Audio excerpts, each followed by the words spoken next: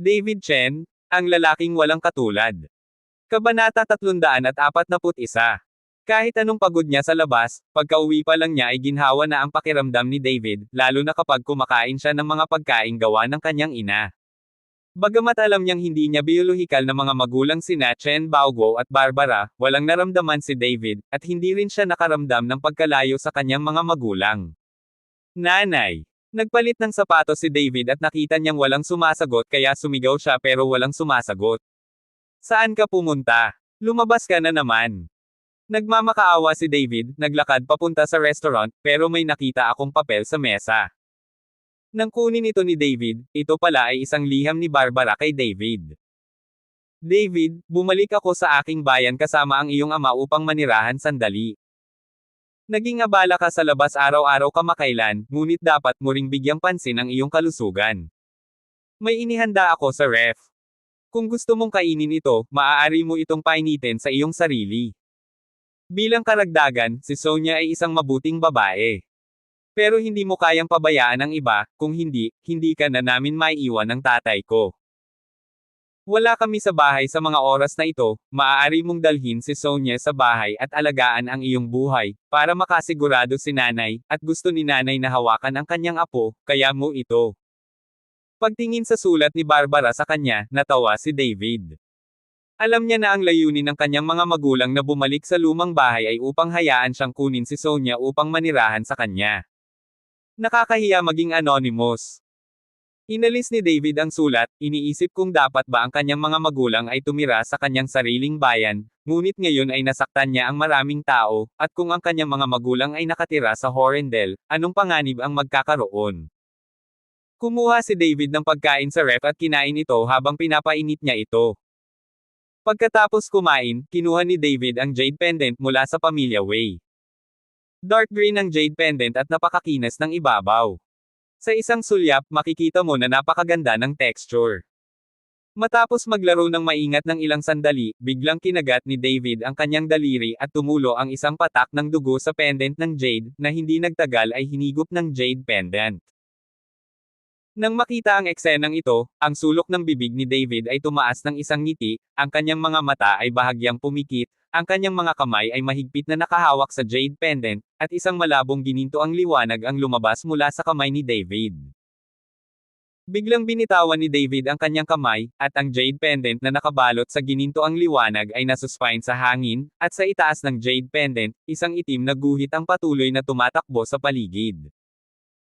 Sa likod ng itim na ito, may humahabol na kulay pulang dugo, ang buong jade pendant ay parang competition field, itong itim at pula na dalawang kulay ay patuloy na naghahabulan. Pahinga. Biglang iminulat ni David ang kanyang mga mata, at isang sinag ng liwanag ang bumungad sa kanyang mga mata, direktang nagniningning sa jade pendant. Tapik. Ang jade pendant ay biglang nawala mula sa gininto ang liwanag, nahulog mula sa hangin patungo sa lupa, at direktang nahulog sa dalawang hati. At matapos mahulog ang jade pendant sa dalawang hati, isang itim pulang dugo ang umagos mula rito. Dinampot ni David ang dalawang bahagi ng palawit ng jade, pinunasan ang dugo dito, at bumulong sa sarili. Napakagandang bagay. Hawak ang dalawang kalahati ng jade pendant, direktang nag-inject ng espiritual na kapangyarihan si David sa dalawang hati ng jade pendant, at pagkatapos ay nakakita ng pulang lubad upang itali ang buhol. Gamit ang jade pendant na ito, kung si Sonia ay nasa panganib, malalaman ko ito kaagad, at kakayanin kong labanan ang isang pinsala para sa kanya. Bahagyang ngumiti si David at tinawag si Sonia. Ang mga bagay na ito ay nagpapaalam kay David na gaano man siya kalakas, hindi pa rin niya kayang maklone. Sa jade pendant na ito, naroon ang kanyang blood essence at spiritual power. Ngayon ang jade pendant ay nahahati sa dalawang bahagi.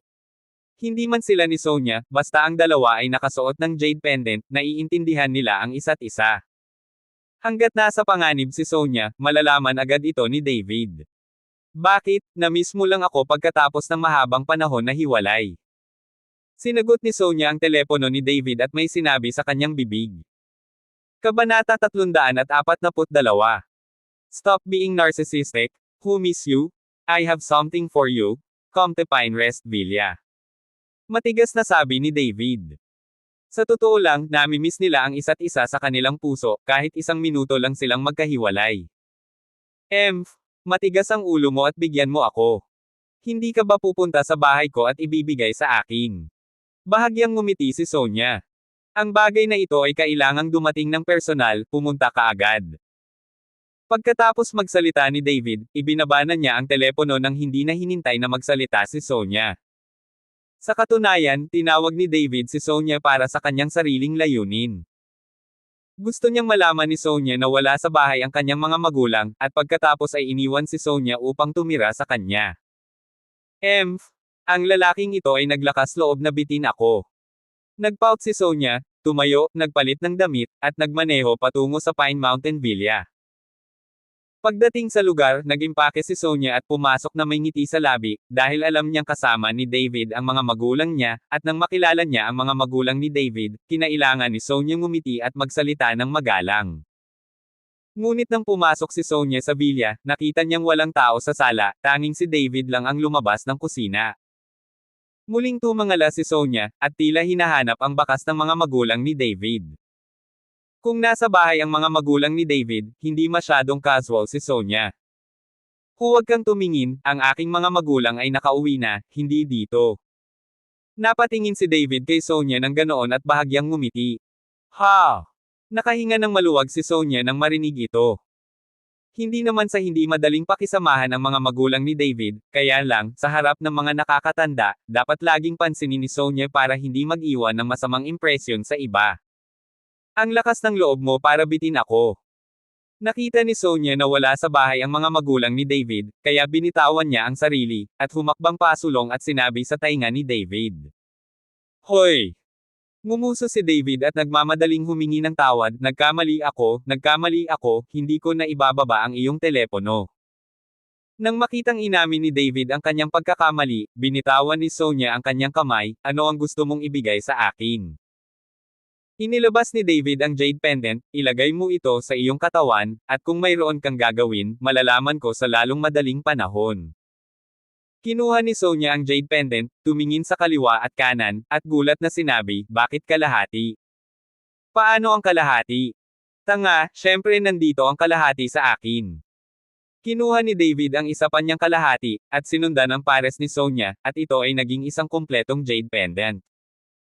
Kapag pinagsama ang dalawang jade pendants, makikita na ang isang dampi ng gintong liwanag ay patuloy na kumikislap palabas. May konsensya ka. Ngumiti si Sonia, dinala ang jade pendant sa kanyang katawan, at nagpatuloy, si Tito at Tia ay wala sa bahay, sino ang magluluto para sa iyo? Ikaw, hindi ba kita pinatawag dito? Ngumiti ng masama si David. Inilibot ni Sonia ang kanyang mga mata kay David, wala akong pakialam sa iyo, kasal tayo o hindi, at hindi mo ako kasintahan, bakit kita ipagluluto? Kinuha mo ang jade pendant ko. Ito ang ating tanda ng pag-ibig. Ikaw ang girlfriend ko ngayon. Tsaka hiniling ko na alagaan mo ako.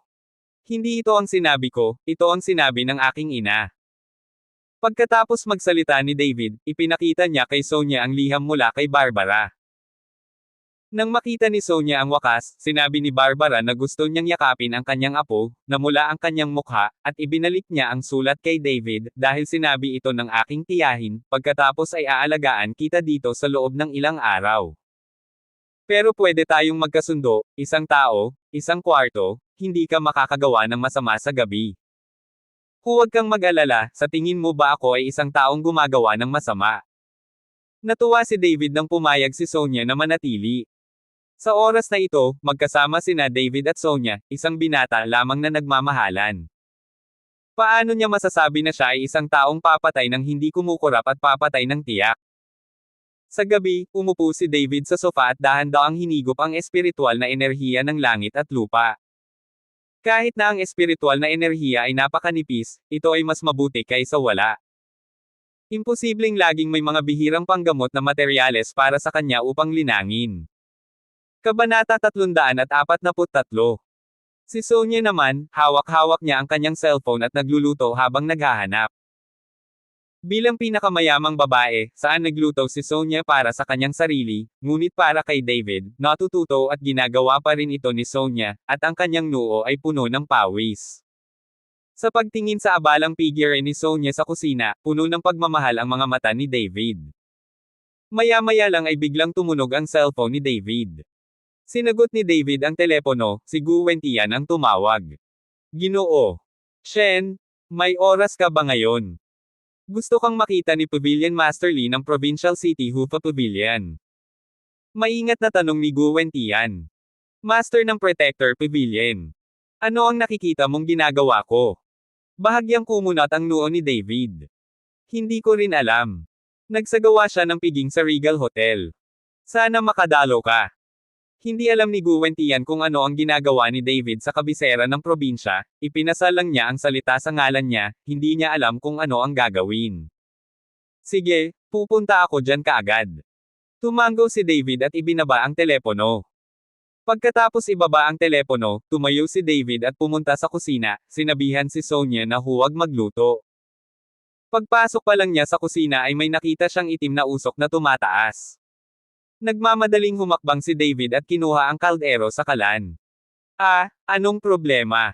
Medyo nabigla si Sonia nang makita niya ang itim na usok na nagmumula sa palayok. Nang buksan ito ni David, nakita niyang malabo na ang kanin sa palayok, at itim na itim. Nang makita ito ni Sonia, tumingin siya kay David na parang isang maliit na batang babae na gumawa ng mali at sinabing, "Ako, nakalimutan kong magdagdag ng tubig." Ngumiti si David, "Sige, hindi tayo magluluto. Tere kain tayo sa labas, may magpapagamot sa iyo." "Sino ang gumamot sa iyo?" tanong ni Sonia. Ang tawag sa telepono mula kay Gu ay nagsabi na si Lige, ang pinuno ng pavilion na nagpapatupad ng batas ng kabisera ng probinsya, ay nakilala ako at nagdaos ng isang piging sa Regal Hotel. Totoong sabi ni David. Nakikita ka ng patriarch ng Protectorate Pavilion. Sumimangot si Sonia, at biglang nanlaki ang kanyang mga mata. Marahil ba ay dahil pinatay mo ang pamilya Wei sa kabisera ng probinsya? Pagkasabi ni Sonia nito, biglang natauhan si David, saka tumango at sinabing, "Pwede naman." Kung tutuusin, hindi kilala ni David ang may-ari ng pavilion ng Dharma Protector, kaya dapat ito ay isang bagay na gustong makita ng kabilang partido sa kanyang pangalan. Kung ganoon, huwag na tayong umalis. Baka sa mukha ni Sonia ang pag-aalala. Huwag kang mag-alala, ayos lang. Inalo ni David si Sonia.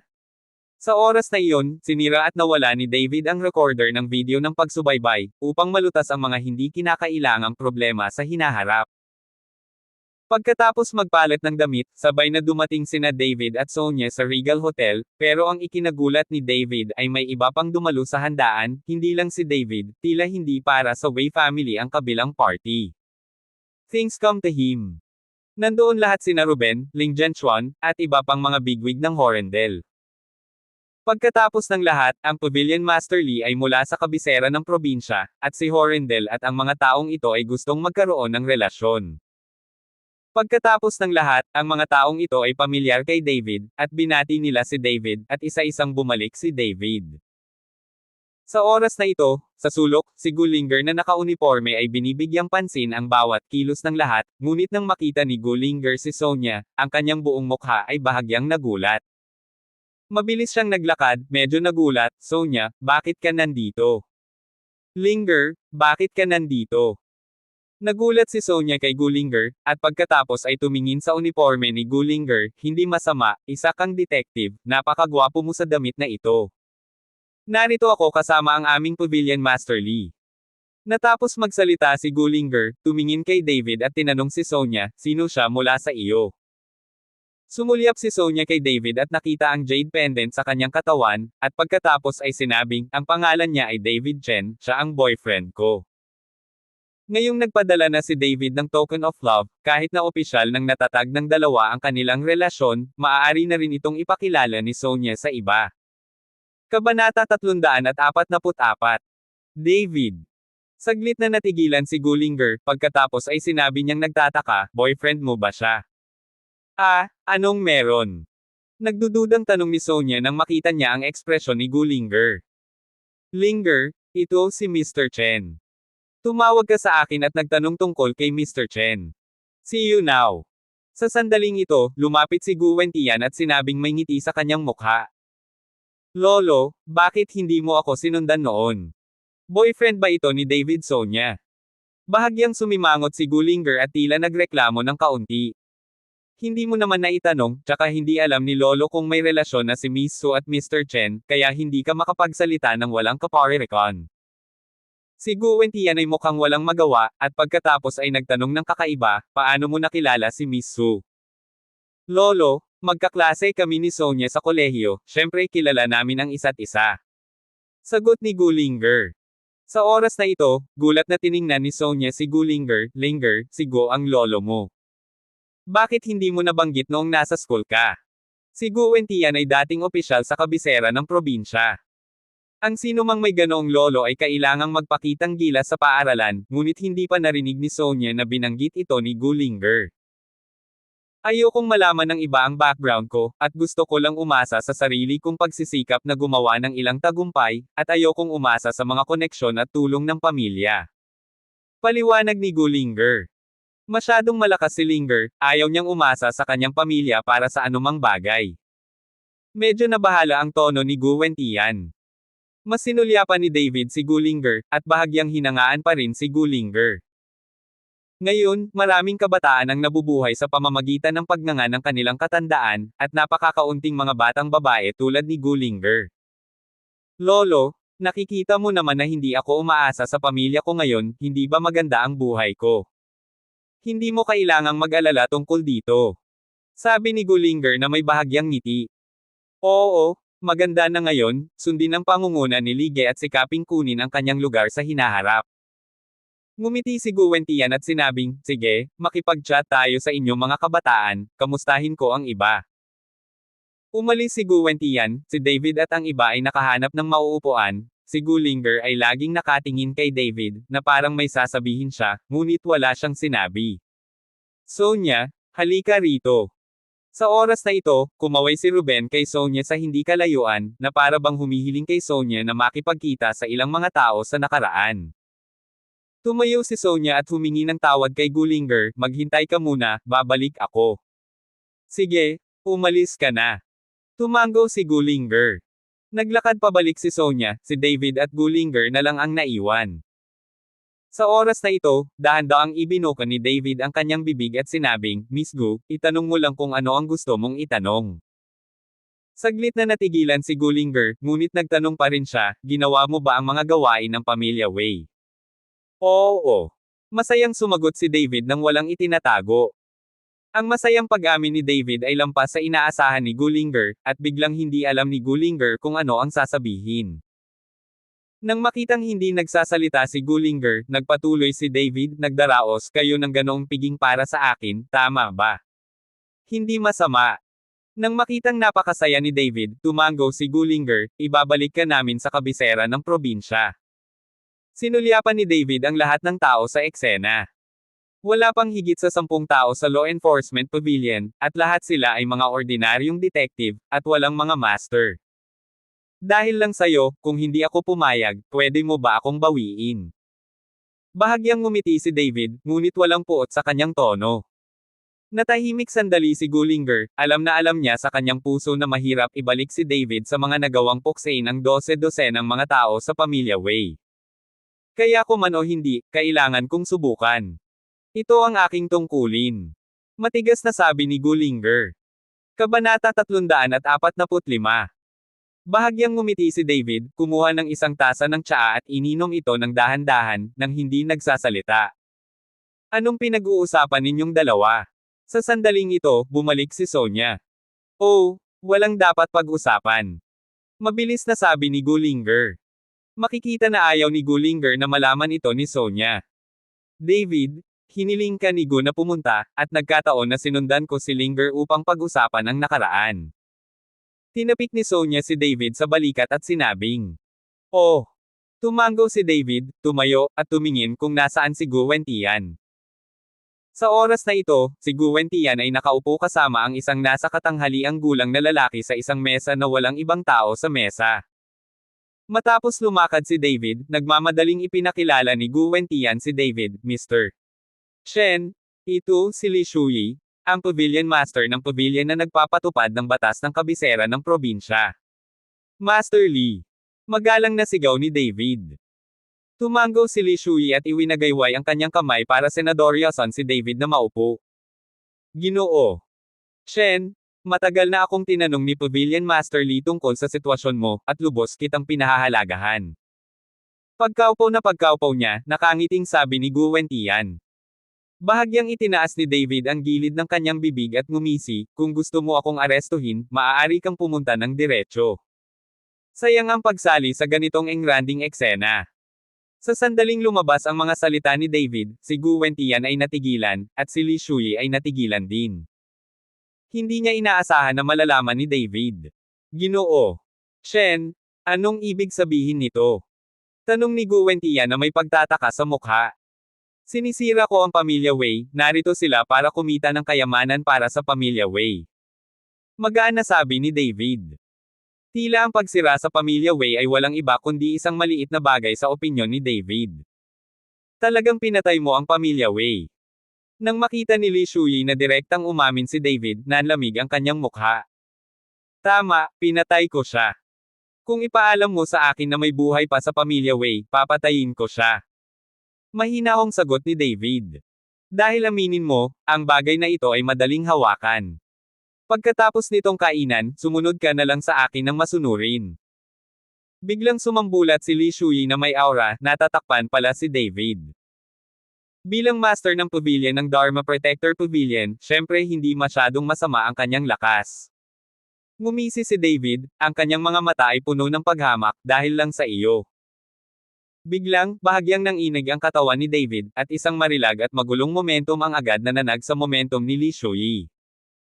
Ang nagngangalit na layunin ng pagpatay ay tumataas sa katawan ni David. Nanginginig, puno ng pagtataka. Ginoo Shen, kalma lang.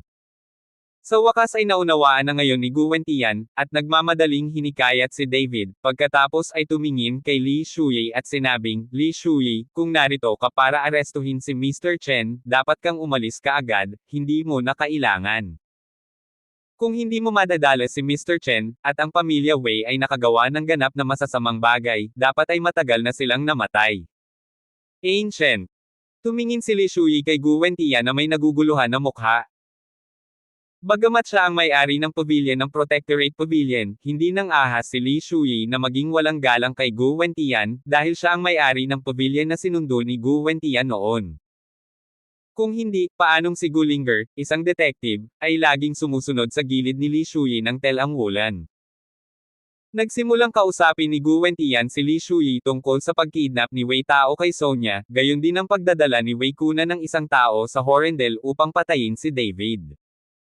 Tungkol naman sa nangyari sa Yuncheng, hindi alam ni Gu Wentian, kaya hindi ko sinunod si Li Shuyi. Matapos makinig kay Li Shuyi, siya ay nanahimik, at ang kapaligiran ay naging awkward ng ilang sandali. Sa kabilang banda, masayang nag-uusap sina Sonia at Gu Linger. Sonia, gaano mo nakatagal kakilala si David? Biglang tanong ni Gu Linger kay Sonia. 2 buwan, hindi ito isang mahabang panahon. Nag-isip sandali si Sonia at sinabing, 2 buwan. Boyfriend at girlfriend kayo. Kilala mo ba si David? Alam mo ba kung sino siya? Natuwa si Gu Linger nang mabalitaan niyang 2 buwan pa lang nakilala ni Sonia si David. Kabanata 346. Nang makita ang biglaang pagkasabik ni Gu Linger, sinabi ni Sonia na may kakaibang mukha, ano ang mali? Napakagaling ni David, kilala ko siya, nakilala ko ang kanyang mga magulang. Ano ang alam mo? Siya ay isang mamamatay tao, alam mo ba? Pinawi niya ang pamilya Wei, at ang pamamaraan ay masyadong malupit. Hindi mapigilan ni Gu Linger na sabihin ang totoo, ngunit nang sabihin niya ito, medyo nagsisi siya. Kung tutuusin, hindi magandang malaman ni Sonia ang ganitong bagay. Noong una, akala niya ay magugulat si Sonia kapag nalaman niya ito, ngunit sino ang nakakaalam na si Sonia ay walang nagulat na ekspresyon, ngunit tumango at sinabing, alam ko, ginawa niya iyon para sa akin. Para sa iyo. Naguguluhan si Gu Linger. Sinabi ni Sonia kay Gu Linger ang naranasan niya, kasama na ang nangyari sa Yuncheng sa pagkakataong ito. Ang Wei Tao na ito ay mas mababa sa isang hayop, sampain ito. Matapos marinig ito ni Gu Linger, galit niyang hinampas ang kanyang kamao sa mesa. Linger, ikaw. Pumunta ka sa Horrendel sa pagkakataong ito, hindi ba para mahuli si David? Biglang nag-react si Sony at tinanong si Gullinger. Ako. Saglit na nagsalita si Gullinger, hindi alam kung paano sasagutin si Sonya. Linger, kung hinuli mo si David, huwag mo akong sisihin na hindi kita kinilala bilang isang kaklase, hindi banggitin na ang sinaunang buhay ay iniligtas ni David, hindi ka makakapaghiganti sa iyong kabaitan. Medyo naging malungkot ang mukha ni Sonya. Ano? Pagkatapos ay iniligtas ni David ang aking lolo. Biglang bumulala si Gullinger, hindi niya alam ang tungkol dito. Siyempre, kung hindi ka naniniwala sa akin, magtanong sa mga sinaunang tao, ngunit hindi ko alam ang mga detalye. Naririnig lamang ni Sonya na binanggit ito ni David paminsan-minsan, ngunit hindi alam ni Sonya kung ano ang nangyayari.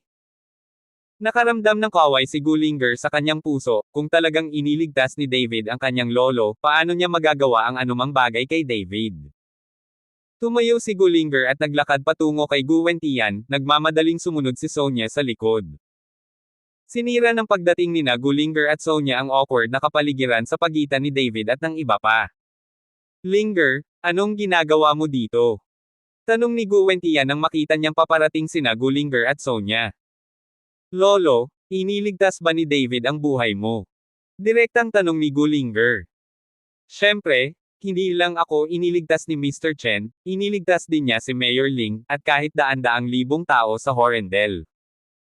Alam ni Guwentian na tinulungan ni David si Ling Zhenchuan na alisin ang kontrol ng mga negosyanteng iyon sa Hong Kong, kaya sinabi niya iyon. Ancient, ano ang nangyayari? Nagulat si Li Shui at naramdaman niyang masyado nang nagsasalita si Guwentian. Nagligtas pa siya ng daan-daang libong tao sa Horrendel. Hayaan mong si Mayor Ling ang magsabi sa iyo tungkol sa bagay na ito. Pagkatapos magsalita ni Guwentian, nagpadala siya ng isang tao para imbitahan si Ling Zhenchuan. Pagkarating ni Ling Zhenchuan, alam niya ang ibig sabihin ni Guwentian, kaya sinabi niya kay David ang tungkol sa pagtulong sa kanya. Maaring matigilan sandali sina Li Shui at Gullinger. Kung tutuusin, ang ganitong uri ng mahimalang bagay ay hindi nakikita ng sariling mga mata, na madaling maniwala dito.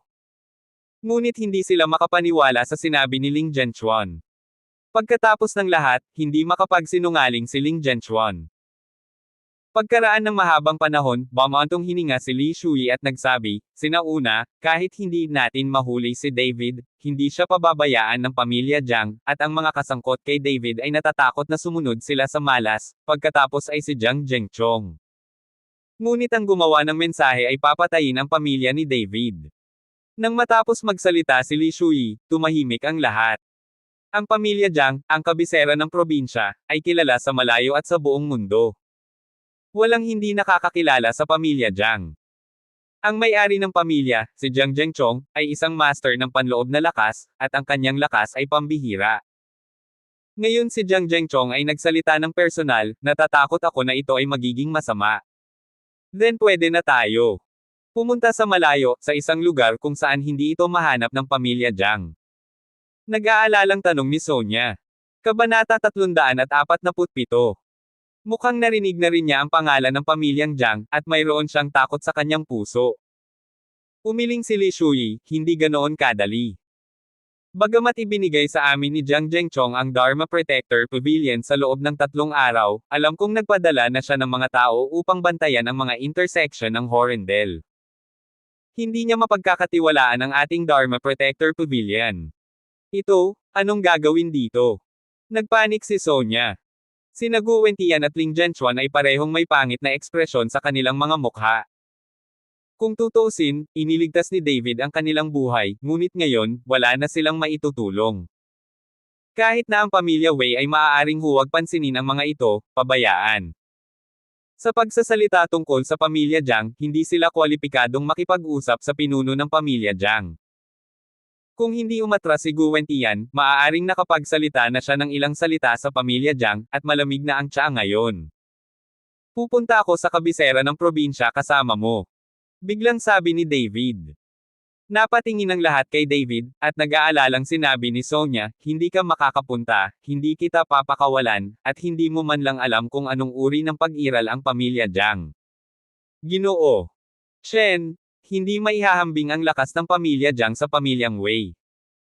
Nagagawa ng pamilya Wei na ipakita ang kapangyarihan nito sa kabisera ng probinsya, kung saan nakasalalay ang lahat sa suporta ng pamilya Jiang.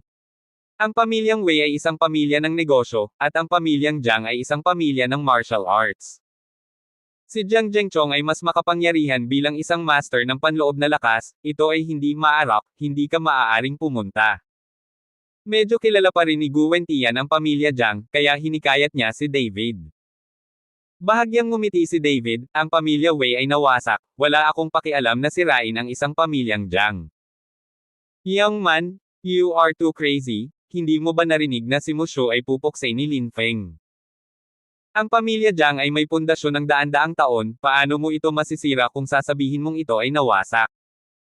Sumili ang kaunting pang-aalipusta sa mga mata ni Li Shuyi. Noong una, nang mabalitaan niyang iniligtas ni David sina Gu Wentian at Ling Zhenchuan, nagkaroon ng magandang damdamin at paghanga si Li Shuyi kay David. Ngunit ang mga salita ni David ay agad na nakaramdam ng pagkasuklam sa kanya, na iniisip na si David ay masyadong mayabang sa gayong murang edad.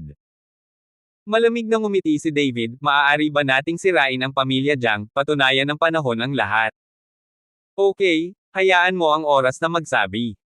Dahil nangako kang babalik sa Kapitolyo ng probinsya kasama namin, aalis kami bukas. Tinitiyak ko na walang gagawa sa iyo ng anuman sa daan patungo sa kabisera ng probinsya. Si Li Shuyi ay nasa kahihiyan pa rin. Pagkatapos ng lahat, iniligtas ni David sina Gu Wentian at Ling Zhenchuan. Ngayong bayani na si David, hindi na kailangang ikahiya ni Li Shuyi. Sige. Tumango si David. Ang pagkain na ito, madali itong kinain ni David, ngunit si Sonia ay walang gana at hindi makakain ng kahit isang kagat. Ilang beses niyang sinubukang hikayatin si David, ngunit hindi niya ito sinabi. Alam niya ang ugali ni David at nagpasya kung ano ang gagawin. Walang makapagsasabi. Pagkatapos ng hapunan, upang maiwasang makatakas si David sa kalagitnaan ng gabi, hiniling ni Li Shuyi si Gulinger na umuwi kasama sina David at Sonia. Si Gulinger ay kaklase at kaibigan ni Sonia, kaya hindi nakakaabala ang mamuhay ng magkasama, at ito ay isang gabi lamang. Bagay. Bumalik sa Pine Mountain Villa, ang mood ni Sonia ay hindi masyadong maganda, at ang pagkakakilanlan ni Gulinger ay hindi alam kung paano hikayatin si Sonia, ni isa sa kanila ay hindi nagsasalita, ang kapaligiran ay medyo nakakalungkot. Gumawa si David ng 2 tasa ng kape, at pagkatapos ay dinala ito kina Sonia at Gulinger, mukhang maayos ang buong tao. Ano ang ginagawa mo na hindi nasisiyahan, at hindi ito humiwalay sa buhay at kamatayan, baka pumunta ako sa kabisera ng probinsya ng ilang araw at babalik. Nang makitang ganoon si Sonia, napangiti si David. David, hindi ka talaga makikinig sa akin minsan, huwag na tayong pumunta sa Kapitolyo ng probinsya, kung talagang hindi natuloy, sa Horendel tayo titira. Kung pupunta ang pamilya Jiang sa Horendel para humingi ng gulo, maaari pa rin tayong lumaban. Kung pupunta ka sa kabisera ng probinsya, hindi ba ang mga tupa ang pumapasok sa bibig ng tigre? Sumunod si Sonia kay David na nagmamakaawa. Sa tingin mo makakaalis pa ako? Bahagyang ngumiti si David at sumulyap kay Gulinger. Kabanata 348. Tumingin din si Sonia kay Gulinger. Pagkatapos ng lahat, pumunta si Gulinger upang makita si David dito, para lamang pigilan si David na tumakas o magtago.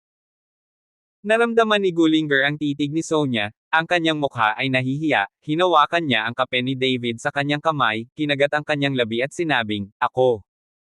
Hirap na tulog ako, at hindi ako gising kung may anumang paggalaw sa gabi."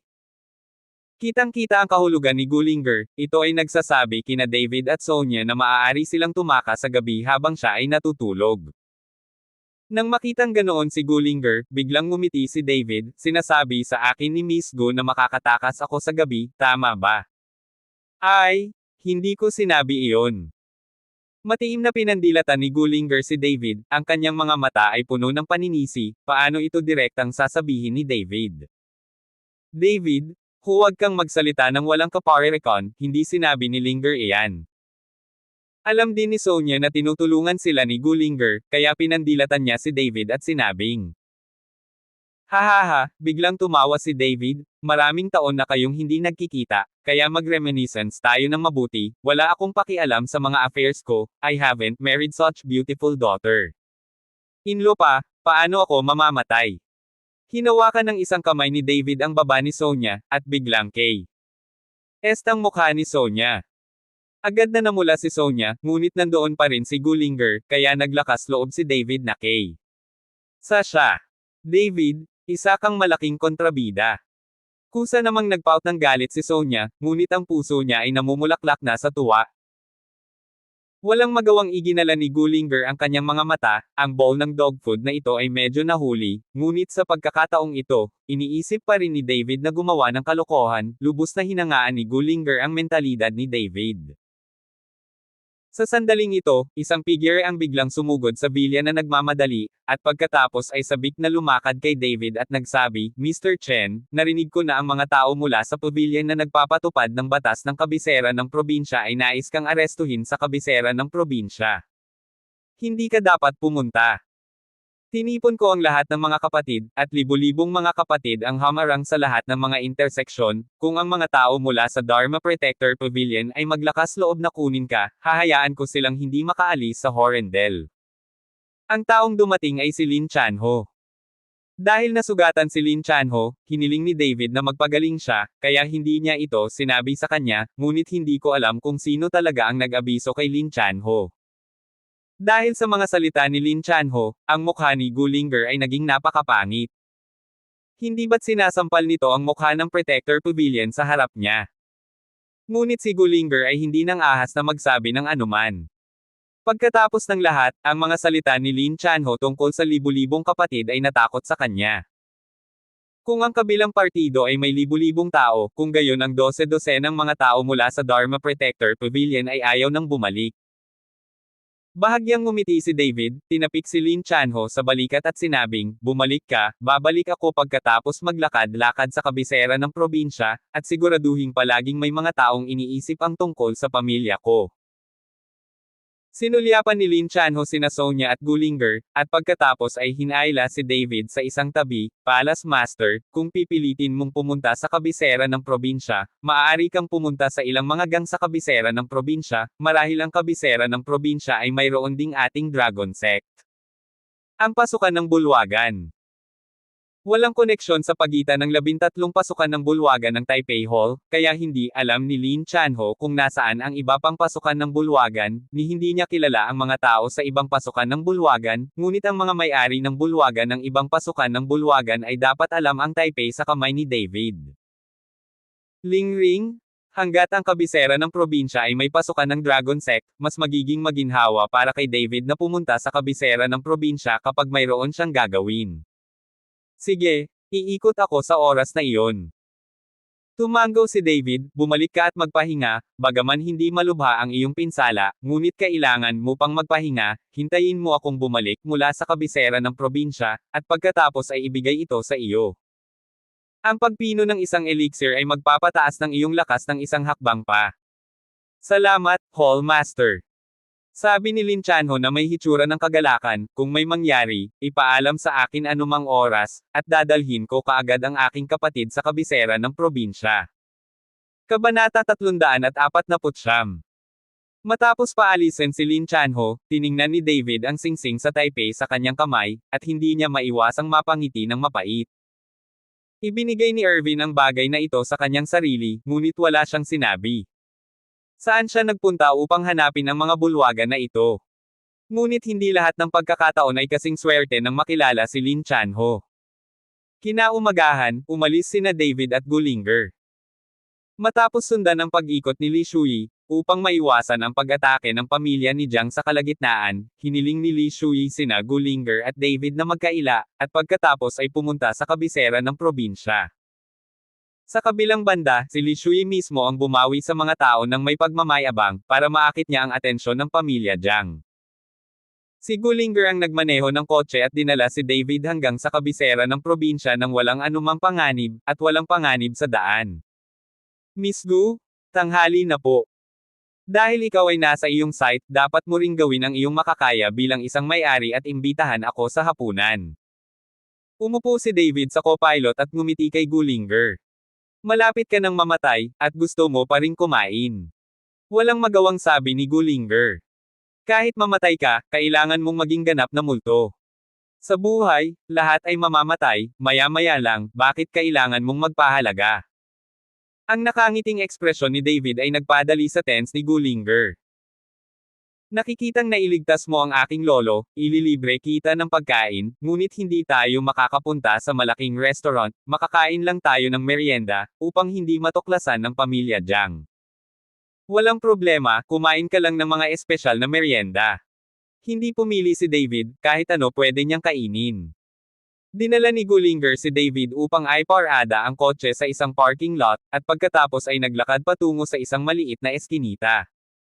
Ang eskinita na ito ay napuno ng mga tindahan na nagbebenta ng mga espesyal na merienda. Mga tampok. Dalhin mo para kainin ang apoy ng karne ng asno sa kabisera ng probinsya. Ang apoy ng karne ng asno sa iyong horendel ay hindi tunay. Pagdating ng panahon, magdadagdag ako ng sausage at nilagang baboy sa apoy para mapanatili ang mabangong mantika mo. Pagpasok pa lang niya sa eskinita, excited na sinundan ni Gullinger ang pagpapakilala ni David. Tila ang bawat babae ay isang foodie, hanggat siya ay pumunta sa ganitong uri ng lugar, siya ay magiging sobrang excited.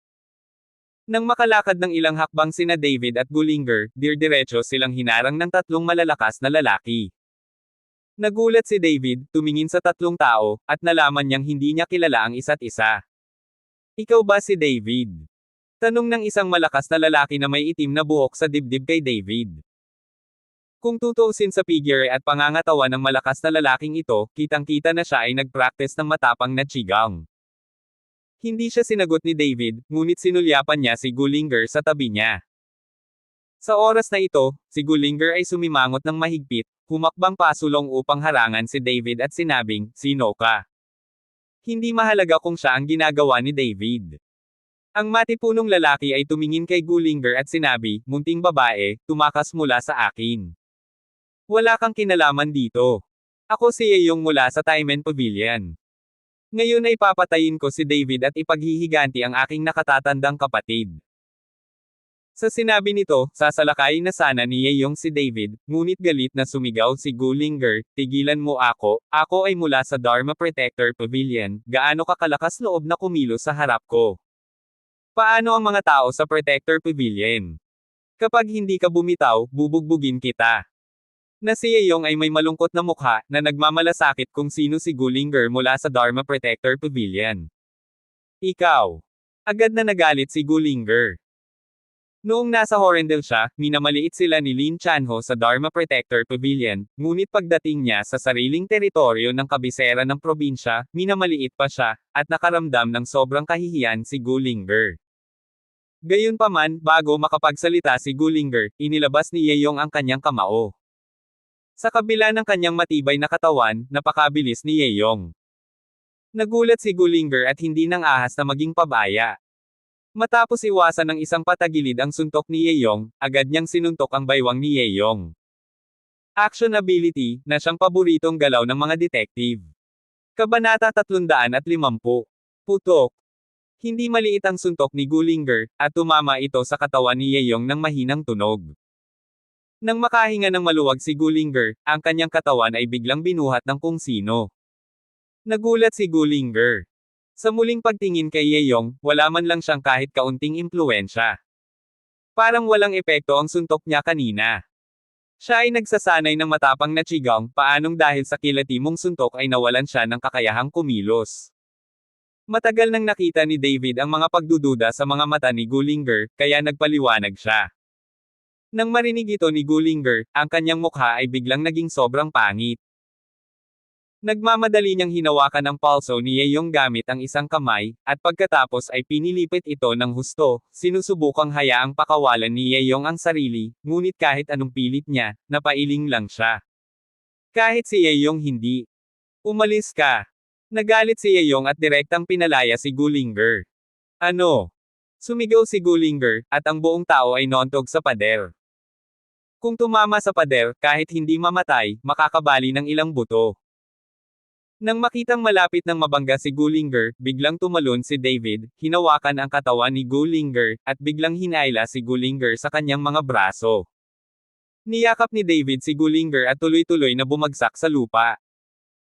Nakahinga ng maluwag si Gullinger, ngunit nang maramdaman niya ang temperatura sa katawan ni David, agad siyang nagising at sinabing namumula ang mukha, "Ibaba mo ako." Nagmamadaling ibinaba ni David si Gullinger, at sinabing may nahihiyang ekspresyon, "Hindi ko sinasadyang samantalahin ka." Alam ni Gullinger na hindi sinasadya ni David, gusto lang niyang iligtas ang sarili, ngunit hindi ito matanggap ng mga lalaki at babae, lalo pa sa harap ng napakaraming tao, na niyakap ni David, namumula pa rin si Gullinger. "Anak, pumunta ka sa underworld at lamandi muli." Galit na sigaw ni Yeyong at sinuntok ng suntok si David. Umiwas si David ng patagilid, ngunit mabilis na kumaway ang kamao ni Yeyong. Umiwas lang si David at hindi lumaban, pagkatapos ay sinulyapan si Gullinger at sinabing, "Lumalaban ako ngayon, pagtatanggol ba sa sarili?" Si Gullinger ay puno na ng galit sa oras na ito. Nang marinig ang tanong ni David, agad niyang sinabi, "Ito ay pagtatanggol sa sarili, patayin mo siya." "Walang problema." Itinaas ni David ang sulok ng kanyang bibig, naghihintay siya sa mga salita ni Gullinger. Sa pagtingin sa galit na tingin ni Yeyong, agad na pinadaloy ni David ang espiritual na enerhiya sa kanyang dantian, at pagkatapos ay inipon ito sa kanyang kamao. Ang kamao ni David ay nagsimulang magbuga ng mahinang ambon, at pagkatapos ay binalot ang buong kamao. Ito. Nang makita ang magaan na ambon sa kamao ni David, si Yeyong ay kumilos ng napakamaingat at same time sa ilang sandali. "Baliw na malaking tao, bakit hindi ka maglakas loob na gawin ito, kung hindi mo ito gagawin, pagkatapos ay mauna ako." Mapaglarong ngumiti si David, biglang tumalon ang buong tao, at direktang tumalon sa ulo ni Yeyong. Nagbago ang mukha ni Yeyong, nagmamadali siyang tumalikod, at iwinagayway ang kamay sa likod, na isang suntok, ngunit huli na ang lahat.